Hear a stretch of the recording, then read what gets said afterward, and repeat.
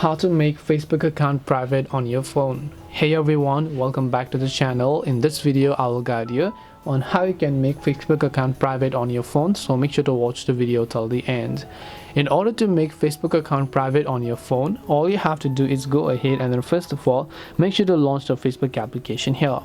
And once you launch your Facebook app, what you basically need to do is you need to tap your profile icon over here to come to the profile page.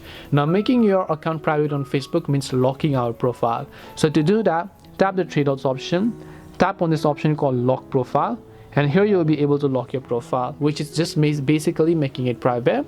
Here are some of the descriptions. Only friends will see the photos, posts and stories on your profile. Only friends will see your full-size profile picture and cover photo. People will still be able to search for you and send you friend requests. Of course, that is okay, but it's up to you to accept it. Now you can just tap on lock your profile option and the Facebook profile will get successfully locked and it will be set to private. And this way, you'll be able to make your Facebook account private from your phone. Hope this video was very helpful. If you have got any more questions, feel free to leave them down. Thank you for watching and see you in the next video.